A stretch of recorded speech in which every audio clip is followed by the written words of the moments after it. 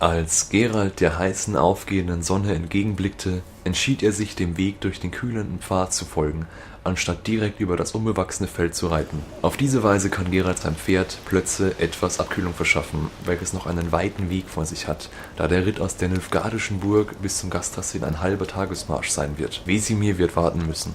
Als der Hexer dem Waldweg ein Stück folgte, sah er auf der sonnigen Lichtung ein kleines, schönes Haus und eine große, starke Eiche, sowie ein Schaukelpferd aus Holz. An einem der Äste hing ein Mann, unter ihm ein umgekippter Hocker. Seine Arme hingen schlapp am Körper herab, auf seinem Kopf einen Sack, locker sitzend und nur durch den Strick gehalten.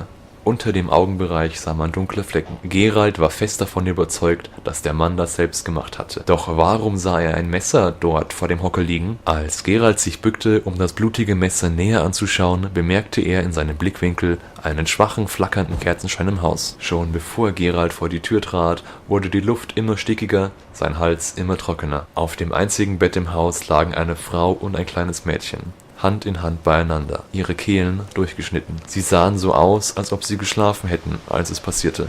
Es war kein Schmerzensschrei in ihren Gesichtern zu sehen. Obwohl Geralt es sich nicht vorstellen wollte, so kam in ihm widerwillig das Bild vor die Augen, wie der Mann nachts seine Familie umgebracht hat, sich danach weinend erhängte. Blut und Tränen roch Geralt im ganzen Haus. Er musste sie geliebt haben und wollte sie beschützen, vor dem Krieg, den Räubern, den Monstern.